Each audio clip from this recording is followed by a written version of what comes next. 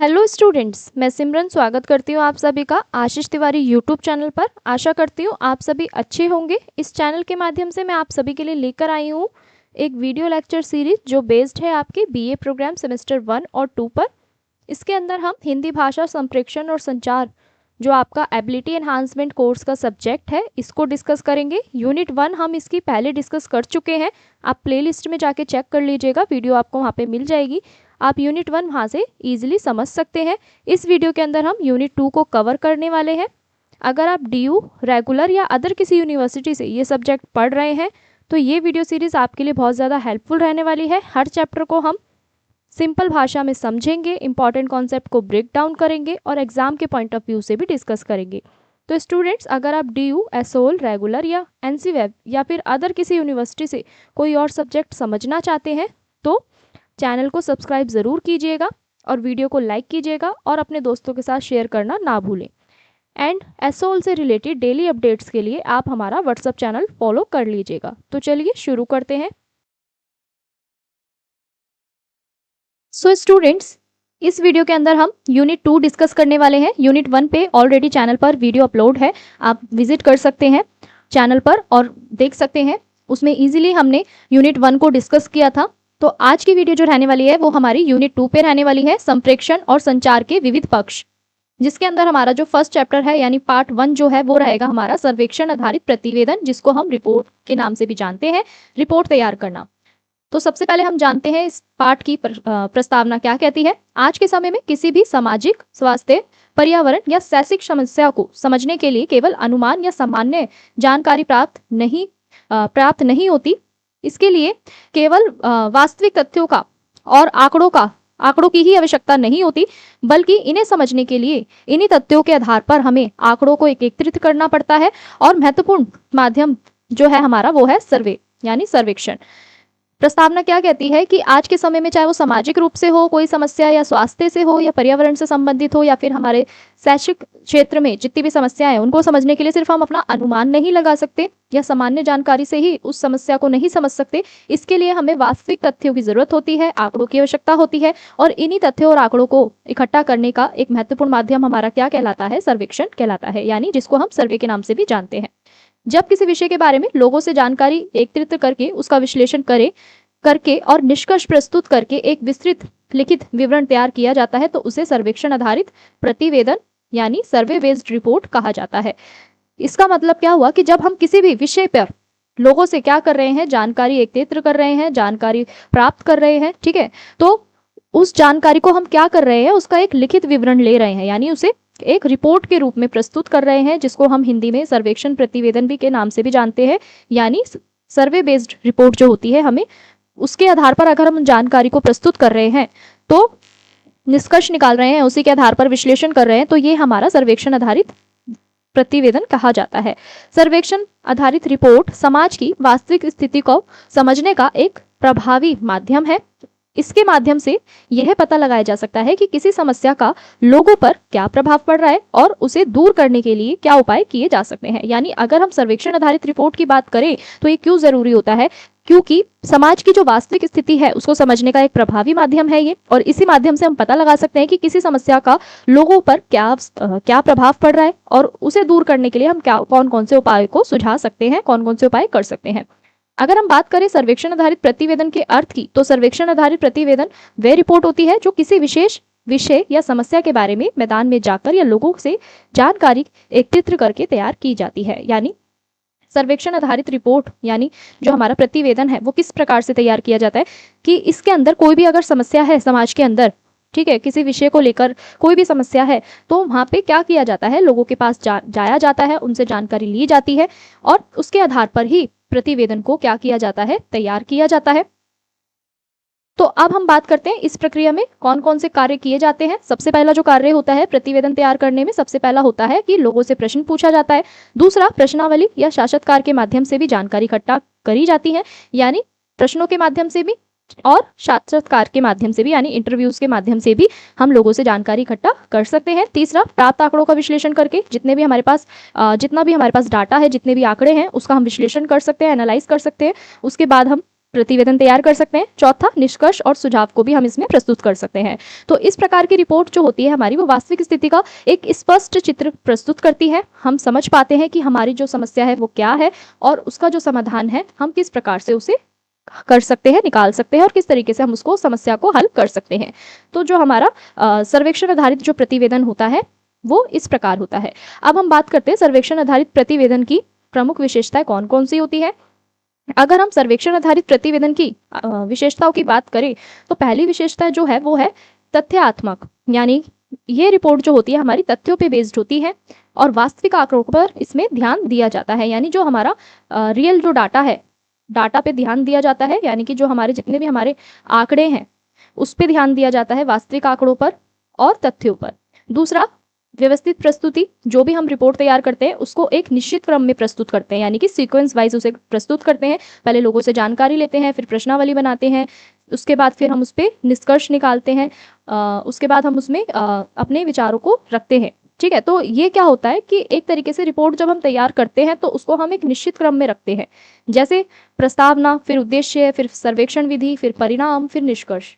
तो ये हमारा जो होता है सर्वेक्षण आधारित प्रतिवेदन की जो दूसरी विशेषता है वो होती है व्यवस्थित प्रस्तुति। इस प्रकार से हम प्रस्तुत करते हैं अपनी रिपोर्ट को।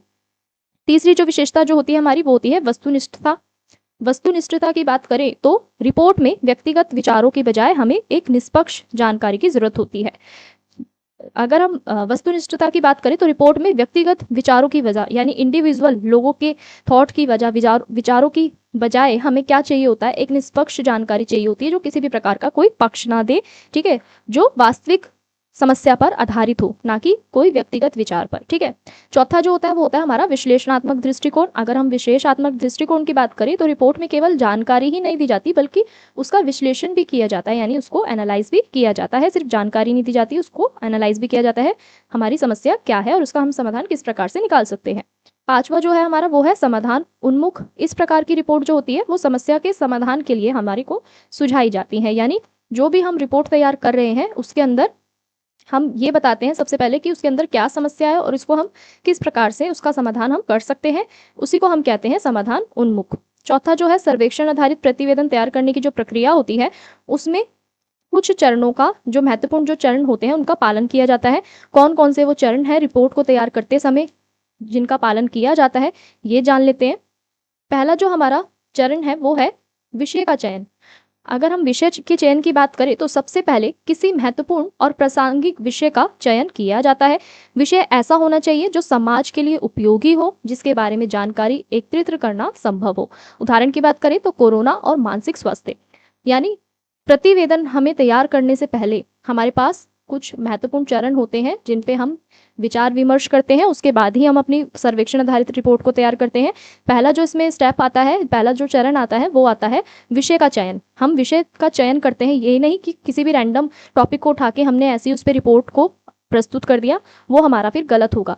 इसलिए हमारा जो विषय का जो चयन होता है वो बहुत महत्वपूर्ण होता है, क्योंकि समाज के अंदर उन्हीं विषयों पर रिपोर्ट को प्रसारित किया जाता है जो समाज के लिए क्या होती हैं, उपयोगी होती है, यूजफुल होती है और जिनके बारे में जानकारी को इकट्ठा करना बहुत ज़्यादा हमारे लिए संभव होता है। अब अगर हम उदाहरण की बात करें तो कोरोना महामारी के दौरान की उसकी भी अगर हम रिपोर्ट की बात करें तो किस प्रकार से इसमें हम तैयार कर सकते हैं, ये भी क्या है, एक हमारा समाज के लिए उपयोगी विषय है, इस पे भी हम अपनी रिपोर्ट तैयार कर सकते हैं। दूसरा जो है हमारा मानसिक स्वास्थ्य। तो ये दोनों ही हमारे विषय ऐसे हैं जिसपे हम सर्वेक्षण आधारित रिपोर्ट को बना सकते हैं। साथ ही साथ जैसे हमारा जागरूकता अभियान हो गया, ठीक है, कूड़ा निरस्तीकरण जो योजना है वो भी हो गई। ठीक है, तो ये जो सारे हमारे हैं, जितने भी हमारे उदाहरण हैं, ये हमारे क्या है, समाज के लिए उपयोगी है। ठीक है, समाज के लिए इन पर जो प्रतिवेदन है बनाना, सर्वेक्षण प्रतिवेदन करना बहुत ज़्यादा महत्वपूर्ण है। तो ये था हमारा पहला चरण। दूसरा चरण कौन सा है, उद्देश्य निर्धारित करना। रिपोर्ट तैयार करने से पहले हमें ये स्पष्ट करना जरूरी होता है, आवश्यक होता है कि सर्वेक्षण का उद्देश्य क्या है, आखिरकार हम सर्वेक्षण क्यों कर रहे हैं। तो रिपोर्ट को तैयार करने से पहले आपके दिमाग में ये क्लैरिटी होनी चाहिए, स्पष्टता होनी चाहिए कि आप वो रिपोर्ट सर्वेक्षण क्यों कर रहे हैं, सर्वेक्षण किस लिए कर रहे हैं, उसका उद्देश्य क्या है। अगर हम उदाहरण की बात करें तो पहला उदाहरण जो है लोगों में मानसिक स्वास्थ्य की स्थिति, जैसे मैंने अभी आपको ऊपर जो विषय बताए, पहला विषय जो था हमारा कोरोना था, दूसरा जो था हमारा मानसिक स्वास्थ्य से संबंधित था। तो इसके ऊपर हम रिपोर्ट क्यों तैयार कर रहे हैं, मानसिक स्वास्थ्य के ऊपर, क्योंकि हम ये जान सके कि लोगों में मानसिक स्वास्थ्य की स्थिति इस दौरान कैसी है, किस प्रकार है, हम उसका अध्ययन कर सके। दूसरा जो था हमारा स्वच्छता से संबंधित था कि स्वच्छता के प्रति लोग कितने जागरूक हैं, कितना समझ रहे हैं। और तीसरा जो था हमारा कूड़ा प्रबंधन की समस्या को हम पता लगा रहे थे। तो उद्देश्य निर्धारित करना रिपोर्ट को तैयार करने से पहले बहुत ज़्यादा ज़रूरी होता है। हमें ये पता होना चाहिए जो भी हम रिपोर्ट या जो भी हम सर्वेक्षण कर रहे हैं उसका उद्देश्य क्या है। अगर आपको उसका उद्देश्य नहीं पता है, ऑब्जेक्टिव नहीं पता है, तो आप फिर एक सर्वेक्षण को सफल नहीं बना सकते हैं। तीसरा जो हमारा पॉइंट है वो है, तीसरा चरण जो है वो है सर्वेक्षण की योजना बनाना। इसके बाद सर्वेक्षण की योजना बनाई जाती है। इसमें यह तय किया जाता है कि सर्वेक्षण कहाँ किया जाएगा, कितने लोगों से जानकारी ली जाएगी और सर्वेक्षण की विधि क्या होगी। यानी जो सर्वेक्षण बनाने की जो योजना है वो ऐसे ही रैंडमली नहीं की जाती, उसके भी कुछ चरण होते हैं कि सबसे पहले ये डिसाइड किया जाता है कि हम कहाँ पे सर्वे करेंगे, कहाँ पे सर्वेक्षण करेंगे। दूसरा कि उस सर्वेक्षण के अंदर कितने लोग जो होंगे ठीक है, जानकारी कितने लोगों से हम उसमें लेंगे। सर्वेक्षण की विधि क्या होगी, यानी उसके स्टेप्स क्या होंगे, सबसे पहला स्टेप क्या होगा, दूसरा क्या होगा, तीसरा क्या होगा। इसी के आधार पर फिर हम क्या करेंगे, सर्वेक्षण की योजना बनाएंगे, फिर सर्वेक्षण को किया जाएगा यानी सर्वे किया जाएगा। अब चौथा जो हमारा चरण है वो है प्रश्नावली तैयार करना। अगर हम प्रश्नावली तैयार करने की बात करें तो सर्वेक्षण के लिए प्रश्नों की एक सूची तैयार की जाती है जिसे हम प्रश्नावली कहते हैं। यानी अभी हमने क्या जाना कि हम किस तरीके से स्टेप बाय स्टेप हम सारे चरणों को जानते आ रहे हैं। तो चौथा जो चरण है हमारा वो है प्रश्नावली। ये बहुत महत्वपूर्ण वो होता है हमारा चरण सर्वेक्षण का, क्योंकि इसी के अनुसार ही हम अपने सर्वेक्षण के उद्देश्य तक पहुंच पाते हैं। ठीक है, सर्वेक्षण के लिए हमें ये जानना ज़्यादा बहुत ज़रूरी होता है कि प्रश्न उसमें किस प्रकार से हम रखें। जो भी हमने विषय लिया है रिपोर्ट तैयार करने के लिए उससे ही संबंधित हमारे प्रश्न होने चाहिए। और जब हम प्रश्नों को तैयार करते हैं तो वो हमारा एक प्रश्नावली के रूप में हमें दिखता है। प्रश्न कैसे होने चाहिए, एकदम स्पष्ट होने चाहिए, सरल होने चाहिए, ताकि उत्तर देने वाला व्यक्ति आसानी से समझ सके और आपका जो सर्वेक्षण है वो सफल रूप से हो सके। पांचवा जो है इसका चरण वो है जानकारी इकट्ठा करना। इस चरण में लोगों से बातचीत, साक्षात्कार या प्रश्नावली के माध्यम से भी हम जानकारी इकट्ठा कर सकते हैं। यानी जानकारी इकट्ठा करना बहुत ज़्यादा ज़रूरी होता है। इस चरण में हम लोगों से बात कर सकते हैं, उनका इंटरव्यू ले सकते हैं, ठीक है, और उनसे प्रश्नों के माध्यम से भी जानकारी को इकट्ठा कर सकते हैं। इसका जो नेक्स्ट जो चरण है वो है आंकड़ों का विश्लेषण। सर्वेक्षण से प्राप्त जानकारी को व्यवस्थित किया जा सकता है या व्यवस्थित किया जाता है, उसका विश्लेषण किया जाता है। इससे यह पता चलता है कि कितने लोग किसी समस्या से प्रभावित है या किसी विषय के प्रति जागरूक है। यानी आंकड़ों के आधार पर आंकड़ों का हम क्या करते हैं, विश्लेषण करते हैं। जो भी हमें रिपोर्ट में आंकड़े प्राप्त हुए, जितना भी हमें डाटा मिला, ठीक है, उसके अनुसार हम क्या करते हैं, एनालाइज करते हैं, विश्लेषण करते हैं कि कितने लोग जो हैं उस समस्या से ग्रस्त हैं, कितने लोग उस समस्या के प्रति जागरूक हैं और कितने लोगों को विषय के प्रति जागरूकता उनमें है। तो ये होता है हमारा आंकड़ों का विश्लेषण। अगर हम इसके निष्कर्ष की बात करें तो निष्कर्ष क्या कहता है, निष्कर्ष और सुझाव। जो हमारा जो नेक्स्ट पॉइंट है वो है निष्कर्ष और सुझाव। अंत में प्राप्त जानकारी के आधार पर निष्कर्ष निकाले जाते हैं और समस्या के समाधान के लिए भी सुझाव हमें दिए जाते हैं। यानी जो इसका सातवां जो चरण है वो कौन सा है कि अंत में हम क्या करते हैं, जितनी भी हमारे पास जानकारी होती है रिपोर्ट को तैयार करने के लिए, उसके आधार पर हम क्या करते हैं, उसका निष्कर्ष निकालते हैं, कंक्लूजन निकालते हैं और समस्या के समाधान के लिए भी हम अपने सुझाव देते हैं। तो ये था हमारा रिपोर्ट तैयार करने के हमारे अलग अलग चरण। अब हम बात करते हैं विषयों का विस्तृत वर्णन। जितने भी अभी हमने विषयों पर डिस्कस करे हम उसको किस तरीके से उनका वर्णन कर सकते हैं ये जानते हैं। कोरोना और मानसिक स्वास्थ्य। कोरोना महामारी ने पूरे विश्व को प्रभावित किया। इस दौरान लोगों को शारीरिक स्वास्थ्य की ही नहीं बल्कि मानसिक स्वास्थ्य की भी समस्याओं का भी सामना करना पड़ा। लॉकडाउन, सामाजिक दूरी, नौकरी का नुकसान और अनिश्चितता भविष्य के कारण कई लोगों में तनाव, चिंता, अवसाद की स्थिति भी क्या हुई, उत्पन्न हुई। यानी जो कोरोना का जो है असर वो मानसिक स्वास्थ्य पे लोगों पे किस प्रकार से पड़ा कि कोरोना महामारी ने पूरे विश्व को प्रभावित किया था। इस दौरान लोगों का सिर्फ शारीरिक स्वास्थ्य ही नहीं प्रभावित हुआ बल्कि मानसिक स्वास्थ्य भी जो है उनमें भी हमें समस्या देखने को मिली। जैसे लॉकडाउन हुआ, सामाजिक दूरी हुई, नौकरी का नुकसान हुआ, अनिश्चितता हुई। तो इन सारे कारणों की वजह से लोगों में क्या हुआ, मानसिक तनाव हमें देखने को मिला, मानसिक स्वास्थ्य में गिरावट देखने को मिली, चिंता से ग्रस्त हुए लोग, अवसाद की स्थिति उत्पन्न हुई। तो ये था हमारा विषय कि किस प्रकार से हम उसे एक्सप्लेन करेंगे। अब हम बात करते हैं सर्वेक्षण के उद्देश्य की। अगर हम इस विषय के सर्वेक्षण के उद्देश्य की बात करें तो ये क्या बताता है कि यह जानना है कि महामारी का लोगों के मानसिक स्वास्थ्य पे क्या असर पड़ा। यानी ये जो हमने अभी ऊपर विषय डिस्कस करा, ठीक है, तो इसका जो सर्वेक्षण का उद्देश्य है वो क्या बना कि उस दौरान, उस बीमारी के दौरान, उस महामारी के दौरान क्या हुआ कि लोगों का जो मानसिक स्वास्थ्य है उस पर क्या प्रभाव पड़ा। दूसरा ये समझना कि लोग मानसिक तनाव से कैसे निपट रहे हैं। अब इससे संबंधित हम प्रश्न भी तैयार करेंगे कि क्या लॉकडाउन के दौरान आपको मानसिक तनाव महसूस हुआ। दूसरा, क्या आपने किसी से मानसिक सहायता ली। तीसरा, क्या आपको अकेलेपन या चिंता महसूस हुई। तो इस तरीके से हम संभावित प्रश्नों का उपयोग करके अपने सर्वेक्षण को बना सकते हैं या कर सकते हैं, रिपोर्ट तैयार कर सकते हैं। उसके बाद हम नेक्स्ट चरण पे आएंगे, अपने संभावित निष्कर्ष पे। यानी कि अभी तक हमने जितने भी ऊपर चरण पढ़े थे, हमने सबसे पहले विषय लिया, उसको एक्सप्लेन करा, जैसे मैंने भी आपको बताया कोरोना और मानसिक स्वास्थ्य के ऊपर जो विषय हमने पढ़ा अभी वो। उसके बाद फिर हमने उसके उद्देश्य देखे सर्वेक्षण के, फिर हमने उसकी प्रश्नावली देखी। अब हम बात कर रहे हैं संभावित निष्कर्ष की। तो सर्वेक्षण से हमें ये पता चल सकता है कि महामारी ने लोगों के मानसिक स्वास्थ्य पर गहरा प्रभाव डाला है और समाज में मानसिक स्वास्थ्य के प्रति जागरूकता बढ़ाने की भी आवश्यकता है। अब हम बात करते हैं दूसरे टॉपिक की हमारी, जिसको यहाँ पे दिखाया गया है कि स्वच्छता जागरूकता अभियान के ऊपर है हमारा जो दूसरे विषय जो है हमारा रिपोर्ट तैयार करने का, वो है हमारा स्वच्छता जागरूकता अभियान। स्वच्छता किसी समाज के स्वास्थ्य और विकास के लिए अत्यंत महत्वपूर्ण है। स्वच्छ वातावरण से रोगों को रोका जा सकता है और जीवन स्तर में सुधार होता है। स्वच्छता के महत्व को ध्यान में रखते हुए विभिन्न जागरूकता के लिए अभियान चलाए जाते हैं। तो ये था हमारा विषय जिसको हमने एक्सप्लेन करा। अब हम बात करते हैं इस सर्वेक्षण के उद्देश्य की, कि हम किसी भी विषय के अंदर हम किस प्रकार से उद्देश्य को लिखेंगे। तो हमारा जो सर्वेक्षण का उद्देश्य है वो ये है कि लोगों में स्वच्छता के प्रति जागरूकता का स्तर जानना। दूसरा कि ये समझाना कि लोगों में स्वच्छता के नियमों का कितना पालन किया जा रहा है या कितना पालन वो करते हैं। तो ये दो हमारे सर्वेक्षण के उद्देश्य थे। दूसरा है हमारा संभावित प्रश्न, कि हम प्रश्न क्या पूछेंगे। क्या आप स्वच्छता अभियान के बारे में जानते हैं। दूसरा, क्या आप कूड़ेदान में डालते हैं। तीसरा, क्या आपके क्षेत्र में सफाई होती है। तो इस तरीके से हम सर्वेक्षण के संभावित प्रश्न जो है हम इस प्रकार से पूछ सकते हैं। अब इसके निष्कर्ष की बात करें तो इसका निष्कर्ष क्या कहता है कि संभावित निष्कर्ष में हम लिख सकते हैं कि सर्वेक्षण से ये पता चल सकता है कि कुछ लोग स्वच्छता के प्रति जागरूक है, जबकि कई लोगों को अभी भी जागरूक करने की आवश्यकता हमें मिलती है या आवश्यकता है।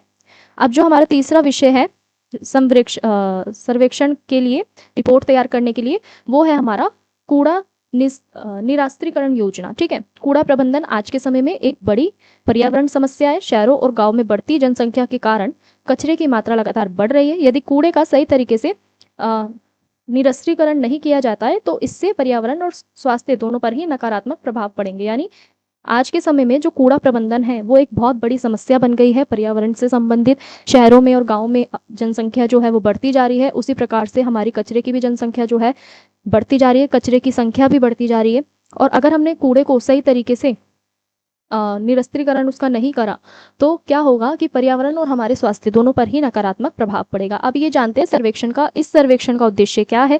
पहला है कि कूड़ा प्रबंधन की वर्तमान स्थिति का अध्ययन करना, कि वर्तमान में अभी प्रेजेंट में कि कूड़े की स्थिति क्या है।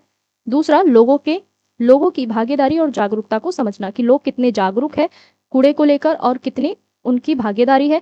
अब इसके संभावित प्रश्नों की बात करें तो पहला प्रश्न है, क्या आपके क्षेत्र में नियमित कूड़ा संग्रह होता है। दूसरा, कूड़े को अलग अलग करके प्रकारों में बांटा जा सकता है।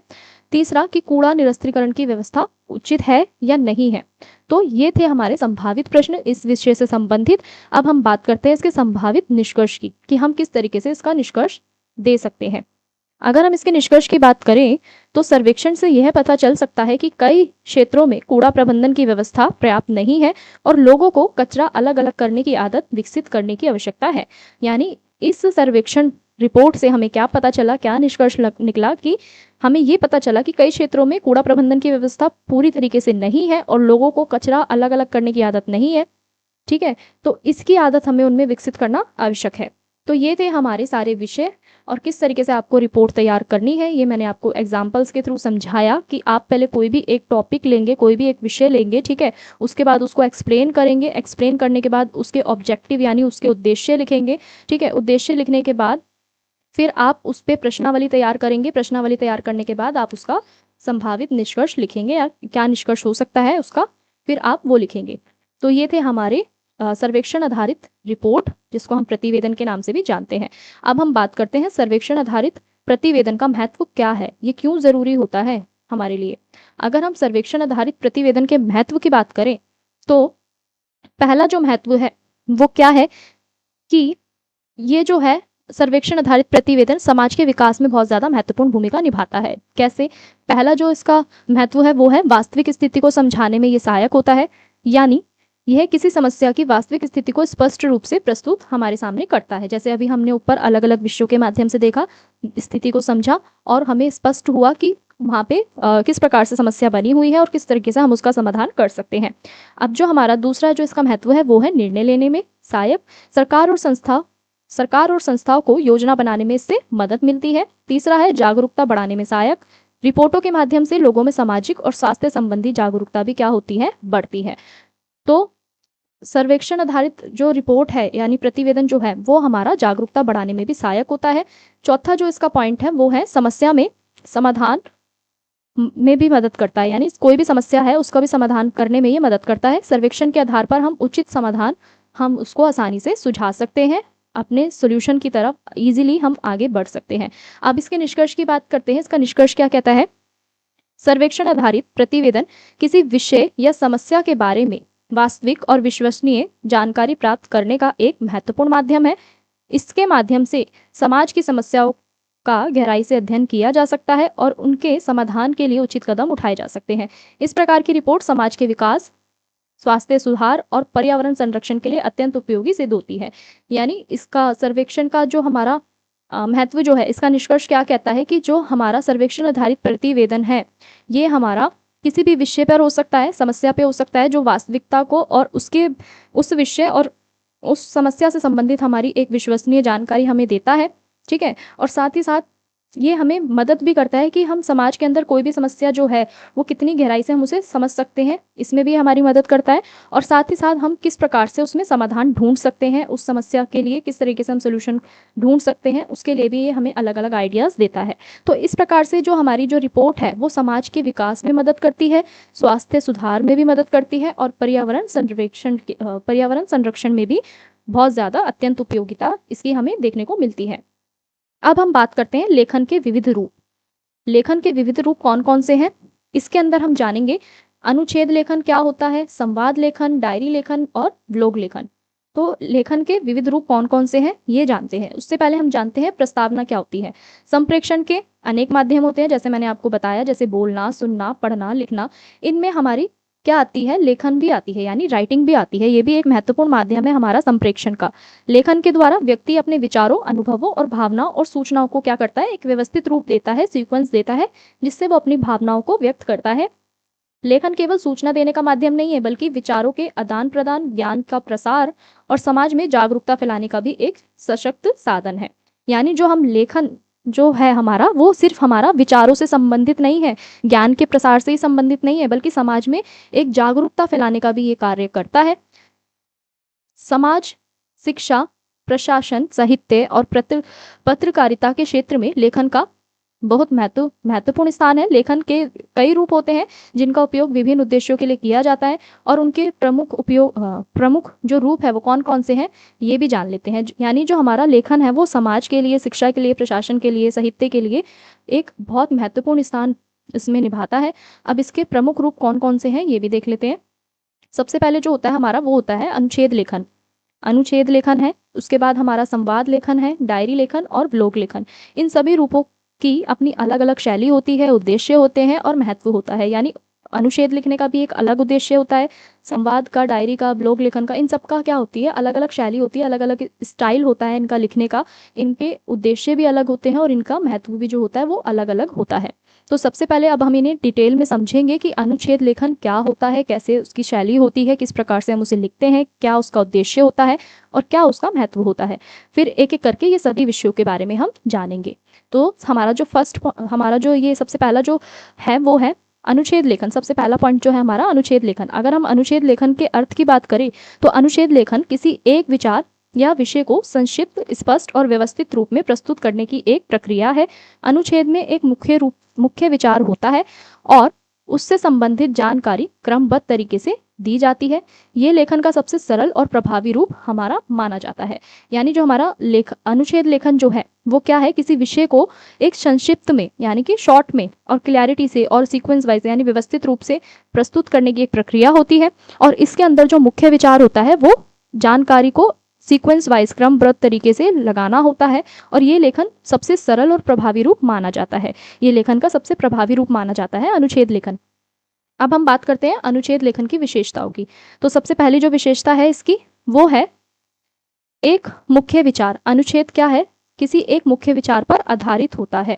दूसरा, क्रमबद्ध प्रस्तुति यानी विचारों को तार्किक रूप से और क्रमबद्ध तरीके से प्रस्तुत किया जाता है, यानी लॉजिकली और सीक्वेंस वाइज आपका जो अनुच्छेद है उसमें उसको प्रस्तुत किया जाता है विचारों से। उसके बाद है स्पष्टता और सरलता, यानी कि आपके अनुच्छेद में स्पष्टता होनी चाहिए, क्लैरिटी होनी चाहिए, सरलता होनी चाहिए, आसान भाषा होनी चाहिए ताकि जो पाठक है उसे आसानी से समझ सके। चौथा जो है वो है संक्षिप्तता। अनावश्यक विवरण जो होता है उससे हम बच सकते हैं। केवल सिर्फ जानकारी से संबंधित जितनी भी हमारी आवश्यक जो जानकारी है उससे संबंधित ही हम जानकारी उसमें प्रस्तुत कर सकते हैं। अब हम बात करते हैं अनुच्छेद की संरचना की। अगर हम अनुच्छेद की संरचना की बात करें तो वो कौन कौन सी है ये भी जान लेते हैं। अनुच्छेद की रचना जो होती है, हमारी संरचना, वो हमें 3 भागों में देखने को मिलती है। कौन कौन सी होती है? सबसे पहले हम अनुच्छेद लिखते समय क्या करते हैं, सबसे पहले हम उसका प्रारंभ करते हैं, यानी कि इंट्रोडक्शन हम उसमें लिखते हैं। इस भाग में विषय का परिचय दिया जाता है। ये पाठक का ध्यान आकर्षित करता है और विषय की दिशा को भी निर्धारित करता है। दूसरा जो है हमारा मध्य बॉडी, ठीक है, यानी जो बीच का स्ट्रक्चर जो हम लिखते हैं अनुच्छेद में, ये अनुच्छेद का मुख्य भाग होता है जिसमें विषयों से संबंधित विवरण दिया जाता है, उदाहरण और तथ्य प्रस्तुत किए जाते हैं। फिर एंड में जो होता है हमारा वो होता है निष्कर्ष यानी कंक्लूजन। अंत में पूरे विषय का हम क्या लिखते हैं, सार लिखते हैं और निष्कर्ष हम उसमें देते हैं। तो इस प्रकार से हमारा जो अनुच्छेद है वो लिखा जाता है। अब हम बात करते हैं इसके एग्जाम्पल की। यहाँ पे मैंने एक अनुच्छेद का एक वो टॉपिक लिया है जो है हमारा स्वच्छता का महत्व। स्वच्छता का महत्व मैंने एक अनुच्छेद लिया है यहाँ पे। तो सबसे पहले हम क्या करेंगे, सबसे पहले हम उसका परिचय देंगे। जैसे स्वच्छता हमारे जीवन के लिए अत्यंत महत्वपूर्ण है। स्वच्छ वातावरण से हमारा स्वास्थ्य अच्छा रहता है और कई प्रकार की बीमारियों से बचाव होता है। यदि हम अपने घर, विद्यालय और आसपास के वातावरण को स्वच्छ रखें तो समाज भी स्वस्थ और सुंदर बन सकता है। और इसीलिए प्रत्येक व्यक्ति को स्वच्छता के प्रति जागरूक होना चाहिए और इससे अपने जीवन का एक महत्वपूर्ण हिस्सा बनाना चाहिए। तो इस प्रकार से हम क्या करेंगे, अनुच्छेद को लिखेंगे। उसके बाद जो हमारा तीसरा जो वो है पॉइंट जो है वो है संवाद लेखन की। संवाद लेखन क्या होता है? संवाद लेखन का अर्थ है कि संवाद लेखन वह प्रक्रिया होती है जिसमें 2 या 2 से अधिक व्यक्तियों के बीच होने वाली बातचीत को लिखित रूप से प्रस्तुत किया जाता है। संवाद साहित्य, नाटक, कहानी, फिल्म और नाट्य लेखन का महत्वपूर्ण हिस्सा होता है। संवाद यानी कि 2 लोगों के बीच में होता है ये संवाद, ठीक है, और 2 व्यक्तियों के बीच में होने वाली बातचीत को जब हम लिखित रूप से लिखते हैं तो उसी को हम क्या कहते हैं, संवाद कहते हैं। संवाद जो होता है वो हमारा साहित्य से जुड़ा होता है, कहानी से जुड़ा होता है, फिल्म से जुड़ा होता है, ठीक है। संवाद लिखने के क्या उद्देश्य होते हैं, संवाद लेखन के क्या उद्देश्य होते हैं? पहला जो उद्देश्य है इसका वो है पात्रों के विचारों और भावनाओं को व्यक्त करना। दूसरा, कहानी या घटना को आगे बढ़ाना। तीसरा, पाठक या दर्शक को समझाना। इसी प्रकार से हम संवाद लेखन की विशेषताएं भी जानते हैं। पहली जो विशेषता है वो है भाषा स्वाभाविक और बोलचाल की होती है। दूसरा, संवाद छोटे होते हैं और स्पष्ट होते हैं। तीसरा, पात्रों की भावना भी उसमें हमें स्पष्ट रूप से दिखाई जाती है। तो ये है हमारी संवाद लेखन की विशेषताएं। और साथ ही साथ संवाद वास्तविक जीवन से भी हमें क्या कराते हैं, परिचित कराते हैं, यानी कि वास्तविक जीवन पे भी आधारित होते हैं हमारे संवाद, ठीक है, जिसमें हम सामान्य जीवन की बातचीत को भी देखने को हमें उसमें मिलती है। अब हम बात करते हैं संवाद लिखने के जो नियम होते हैं वो कौन कौन से होते हैं। पहला जो नियम होता है, प्रत्येक पात्र का नाम अलग रख दिया जाता है या अलग लिख दिया जाता है। दूसरा, संवाद संक्षिप्त होता है और स्पष्ट होना चाहिए। तीसरा, अनावश्यक विवरण से हमें बचना चाहिए। चौथा, भाषा सरल होनी चाहिए और स्वाभाविक होनी चाहिए, यानी इजी भाषा हमारी होनी चाहिए और हमें बचना चाहिए फालतू की इन्फॉर्मेशन उसमें लिखने से। यहाँ पे मैंने एक उदाहरण के माध्यम से आपको दर्शाया है कि किस प्रकार से आप संवाद लेखन कर सकते हैं। चलिए इसको समझते हैं। अगर हम संवाद के उदाहरण की बात करें तो यहाँ पे 2 लोगों के बीच में संवाद चल रहा है जो है रवि और अमन। रवि कहता है कि तुम आज पुस्तकालय क्यों नहीं आए? तो अमन ने बोला कि मुझे कुछ ज़रूरी काम था इसलिए मैं नहीं आ पाया। तो रवि कहता है कि कोई बात नहीं, कल हम साथ चलेंगे। फिर अमन कहता है कि हाँ, कल ज़रूर चलेंगे। तो ये क्या है हमारा? ये संवाद लेखन है कि किस तरीके से दो लोगों के बीच में आपसी संवाद हो रहा है और इसमें किसी भी प्रकार की अनावश्यक विवरण जो है वो नहीं दिया जा रहा है। भाषा जो एकदम सरल है, स्पष्ट है, ठीक है? और आसानी से वो संवाद समझा जा रहा है। तो ये था हमारा संवाद का उदाहरण। अब हम बात करते हैं डायरी लेखन। डायरी लेखन की अगर हम बात करें तो डायरी लेखन का अर्थ होता है, डायरी लेखन वह प्रक्रिया है जिसमें व्यक्ति अपने दैनिक जीवन की घटनाओं, अनुभवों और भावनाओं को लिखता है। डायरी व्यक्ति को निजी जीवन का दस्तावेज होती है जिसमें वह अपने विचारों और अनुभवों को स्वतंत्र रूप से लिखता है। यानी डायरी लेखन क्या होता है हमारा, जिसमें व्यक्ति अपने डेली लाइफ के बारे में, घटनाओं के बारे में लिखता है, अनुभवों को साझा करता है, अपनी भावनाओं को लिखता है। और डायरी लेखन जो होता है वो हमारी निजी जीवन से संबंधित होता है, जिसमें व्यक्ति अपने विचारों को और अपने अनुभवों को स्वतंत्र रूप से व्यक्त करता है। अब डायरी लेखन के उद्देश्य कौन से होते हैं? पहला उद्देश्य जो है वो है अपने अनुभवों और विचारों को व्यक्त करना। यानी डायरी लेखन का पहला उद्देश्य क्या है कि हम अपने उसमें क्या लिख रहे हैं, अनुभव लिख रहे हैं, अपने विचारों को व्यक्त कर रहे हैं। दूसरा जो है हमारा वो है जीवन की महत्वपूर्ण घटनाओं को हम संजो कर रख रहे हैं, यानी कि जीवन में जो भी घटित हो रहा है उसको हम क्या कर रहे हैं, संजो कर रख रहे हैं अपने पास, ठीक है। तीसरा आत्मविश्लेषण कर रहे हैं, आत्मविकास कर रहे हैं, यानी सेल्फ ऑब्जर्वेशन कर रहे हैं कि हम अपना खुद से ही अपनी खुद से ही काउंसलिंग कर रहे हैं, आत्मविश्लेषण कर रहे हैं और आत्मविकास भी अपना खुद का कर रहे हैं। डायरी लेखन की विशेषताएं कौन कौन सी हैं? डायरी लेखन जो होती है वो व्यक्तिगत और निजी जीवन पर आधारित होती है। दूसरा, इसमें दिन भर की घटनाओं का हम वर्णन करते हैं। तीसरा, इसमें हमारी जो भाषा होती है बहुत ज़्यादा सरल होती है और स्वाभाविक होती है। चौथा, इसमें भावनाओं की अभिव्यक्ति भी पूर्ण रूप से की जाती है। अब हम बात करते हैं डायरी लेखन की संरचना किस प्रकार से होती है, किस तरीके से हम डायरी को लिखते हैं। तो डायरी लेखन को हम कैसे लिखते हैं? सबसे पहले हम लिखते हैं उसमें तारीख और दिन। दूसरा, दिन की पूरी घटना का वर्णन। तीसरा, व्यक्तिगत विचार और भावनाएं। यहाँ पे मैंने कुछ उदाहरण दिया है आपको, जैसे यहाँ पे लिखा है एक डायरी लेखन, मैंने आपको यहाँ पे कुछ उदाहरण के माध्यम से समझाया है। जैसे सबसे पहले आप यहाँ पे डेट लिखेंगे, ठीक है। उसके बाद आप लिखेंगे कि आज का दिन बहुत ज़्यादा व्यस्त रहा, सुबह जल्दी उठकर मैंने अपनी पढ़ाई पूरी करी, दोपहर में कॉलेज में एक महत्वपूर्ण व्याख्यान हुआ जिसमें संप्रेषण के महत्व पर चर्चा की गई, शाम को मैंने अपने मित्रों के साथ समय बिताया और आज का दिन मेरे लिए बहुत ज़्यादा प्रेरणादायक रहा। तो इस तरीके से हमारा जो डायरी लेखन है, इस तरीके से हम उसको करेंगे, इस तरीके से हम उसको लिखेंगे। तो अब हम बात करते हैं ब्लॉग लेखन की। ब्लॉग लेखन क्या होता है? यहाँ पे स्पेलिंग मिस्टेक है, यहाँ पे ब्लॉग लेखन है। ब्लॉग लेखन क्या होता है, लेखन का अर्थ क्या होता है ये भी जान लेते हैं। ब्लॉग लेखन वह प्रक्रिया होती है जिसमें किसी कार्य या गतिविधि का क्रमबद्ध रिकॉर्ड इसमें रखा जाता है। यह किसी भी विशेष रूप से तकनीकी, वैज्ञानिक और प्रशासनिक क्षेत्रों में इसका उपयोग किया जाता है। अब हम जानते हैं जो व्लॉग लेखन है हमारा, उसकी विशेषताएं क्या होती हैं। व्लॉग लेखन की अगर हम बात करें विशेषताओं की, तो ये क्या करता है कि जितनी भी हमारी घटनाएं होती हैं उन सारी घटनाओं को एक क्रमबद्ध विवरण देता है। समय और तारीख का भी इसमें उल्लेख किया जाता है। तीसरा, जानकारी संक्षिप्त होती है लेकिन बहुत ज़्यादा स्पष्ट होती है। चौथा, ये भविष्य के संदर्भ में रिकॉर्ड को रखने के लिए रिकॉर्ड के रूप में एक तरीके से उपयोग भी किया जाता है। यहाँ पे मैंने एक छोटा सा उदाहरण दिया हुआ है आपको कि ब्लॉग लेखन जो है उसको हम किस तरीके से करते हैं। उसमें क्या होता है कि समय होता है और एक तरफ हमारी गतिविधियां होती हैं कि जैसे यहाँ पे मैंने लिखा है सुबह 9 बजे कार्यालय पहुंचना, दूसरा 10 बजे बैठक में भाग लेना और 12:30 बजे परियोजना का कार्य करना। तो एक तरफ हम किस तरीके से लिखते हैं ब्लॉग लेखन को, एक तरफ हमारा समय होता है, एक तरफ हमारी गतिविधियां होती हैं। इस तरीके से हमारा जो ब्लॉग होता है वो दैनिक जीवन पर आधारित होता है और किसी तकनीकी में भी हम इसका इस्तेमाल कर सकते हैं। अब हम बात करते हैं संपादकीय लेखन। संपादकीय लेखन क्या होता है, इसकी प्रस्तावना क्या कहती है ये भी जान लेते हैं। संपादकीय लेखन पत्रकारिता का एक महत्वपूर्ण अंग है। समाचार पत्र या पत्रकारिता में प्रकाशित संपादकीय लेखन किसी महत्वपूर्ण विषय या जानकारी या मुद्दे पर समाचार पत्र की राय और दृष्टिकोण को प्रस्तुत करता है। यानी जो हमारा संपादकीय लेखन होता है वो हमारा समाचार पत्र में या किसी पत्रकारिता में यानी मैगजीन में जितने भी हमारी किसी विषय या मुद्दे से संबंधित जो समाचार पत्र की राय होती है, दृष्टिकोण होता है, ये उसको प्रस्तुत करता है। संपादकीय लेखन का उद्देश्य केवल सूचना देना नहीं होता, बल्कि ये पाठकों को किसी विषय के बारे में गहराई से सोचने और अपनी राय देने के लिए भी क्या करता है, प्रेरित करता है। अब हम बात करते हैं संपादकीय लेखन का अर्थ। संपादकीय लेखन वह लेखन होता है जिसमें किसी महत्वपूर्ण सामाजिक, राजनीतिक और आर्थिक संस्कृति विषय पर समाचार पत्र के संपादक या संपादकीय मंडल पर विचार प्रस्तुत किया जाता है। यानी जो हमारा संपादकीय लेखन जो है वो हमारा सामाजिक और आर्थिक और सांस्कृतिक विषयों पर एक प्रकार का समाचार पत्र होता है। ये लेख केवल समाचार पत्र के पहले या मध्य पृष्ठ पे हमें देखने को मिलता है। अब हम ये जानते हैं संपादकीय लेखन के उद्देश्य क्या होते हैं। अगर हम संपादकीय लेखन के उद्देश्यों की बात करें तो पहला उद्देश्य जो है इसका वो है समाज के महत्वपूर्ण मुद्दों पर ये विचार प्रस्तुत करता है। दूसरा, पाठकों को जागरूक बनाता है। तीसरा, जनमत निर्माण करता है। चौथा, सरकार और समाज के बीच एक संवाद भी स्थापित करता है। अब जानते हैं संपादकीय लेखन की विशेषताएं कौन कौन सी है।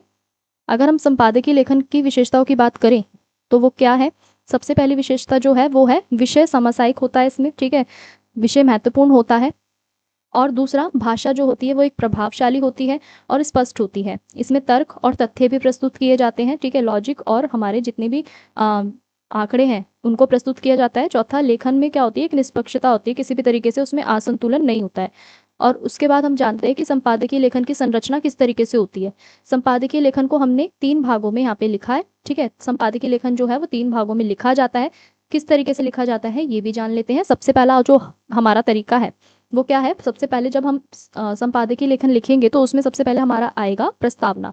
इस भाग में हम विषय का परिचय हम देते हैं या परिचय दिया जाता है और समस्या को भी प्रस्तुत किया जाता है। दूसरा, विश्लेषण। इस भाग में विषय का विस्तार रूप से विश्लेषण किया जाता है और उसके कारणों तथा प्रभावों को भी समझाया जाता है। तीसरा, निष्कर्ष। अंत में समाधान, सुझाव या भविष्य की दिशा को इसमें प्रस्तुत किया जाता है। यानी जो हमने संपादकीय लेखन लिखा है उसका ऑल ओवर जो कंक्लूजन क्या निकला है अंत में हम उसे फिर लिखेंगे। तो अब हम जानते हैं कि संपादकीय लेखन का महत्व क्या होता है। अगर हम संपादकीय लेखन का महत्व जाने तो संपादकीय लेखन क्या कर रहा है, समाज में एक तरीके से ये भी जागरूकता फैला रहा है, लोगों को महत्वपूर्ण मुद्दों पर सोचने के लिए प्रेरित कर रहा है। तीसरा, कि जनमत निर्माण में भी ये सहायता कर रहा है, महत्वपूर्ण भूमिका निभा रहा है और साथ साथ लोकतंत्र को भी मजबूत बनाने में ये हमारी मदद कर रहा है, ठीक है। तो ये थे हमारे संपादकीय लेखन के महत्व। तो यहाँ पे मैंने एक संपादकीय लेखन का एक उदाहरण आपको दिया हुआ है कि आप किस तरीके से लिख कर आएंगे अगर आपके एग्जाम में ये आता है तो यहाँ पे मैंने एक विषय लिया है पर्यावरण संरक्षण। यहाँ पे मैंने इसकी प्रस्तावना दी है और इसके बारे में बताया है उस विषय के बारे में, ठीक है। यानी आज के समय में पर्यावरण संरक्षण एक महत्वपूर्ण वैश्विक मुद्दा बन गया है। बढ़ता प्रदूषण, जंगलों की कटाई, जलवायु परिवर्तन के कारण पृथ्वी का संतुलन क्या हो गया है, बिगड़ रहा है। यदि समय रहते इस समस्या पर ध्यान नहीं दिया गया तो भविष्य में गंभीर परिणाम सामने आ सकते हैं। इसलिए सरकार, समाज और प्रत्येक नागरिक को पर्यावरण संरक्षण के लिए मिलकर प्रयास करना चाहिए। तो इस तरीके से इस विषय का आप परिचय देंगे, उसके बारे में बताएंगे, उसके बाद फिर आप इसका निष्कर्ष लिखेंगे कि लेखन संप्रेषण जो है हमारा एक अत्यंत प्रभावी माध्यम है। अनुच्छेद लेखन, संवाद लेखन, डायरी लेखन, ब्लॉग लेखन जैसे विभिन्न रूपों के माध्यम से व्यक्ति अपने विचारों को और अनुभवों को अलग अलग तरीके से व्यक्त कर सकता है। और वही संपादकीय लेखन हमारी पत्रकारिता का भी महत्वपूर्ण माध्यम होता है जो समाज में जागरूकता फैलाने और जनमत निर्माण में महत्वपूर्ण भूमिका हमारी निभाता है। तो ये थी आपकी यूनिट 2 जिसके इंपॉर्टेंट टॉपिक्स को मैंने आपको शॉर्ट में एक्सप्लेन कर दिया है। अगर आपको ये नोट्स चाहिए तो आप हमारे टेलीग्राम चैनल को ज्वाइन कर लीजिएगा, वहाँ आपको ये सारे नोट्स मिल जाएंगे। अगर किसी भी स्टूडेंट्स को कोई डाउट है या कोई क्वारी है तो आप हमें कमेंट सेक्शन में कमेंट कर सकते हैं। इसके साथ साथ आप हमें इंस्टा पेज पे भी हमें फॉलो कर सकते हैं। देन वहाँ पे भी आप हमें डायरेक्ट डीएम करके कोई भी आपकी कन्फ्यूज़न है या भी कोई भी आपका डाउट है या क्वारी है आप उसे पूछ सकते हैं। और डेली अपडेट के लिए आप सभी हमारा व्हाट्सअप चैनल ज्वाइन करना ना भूलें, क्योंकि आपको वहाँ पे सभी लेक्चर, सभी ड्यू से रिलेटेड जितनी भी हमारी इन्फॉर्मेशन होती है वो मिलती है। अगर आपको ये लेक्चर हेल्पफुल लगा हो तो वीडियो को लाइक ज़रूर कीजिएगा। ऑल्सो चैनल को सब्सक्राइब करना ना भूलें। मिलते हैं नेक्स्ट वीडियो में। Thanks for watching.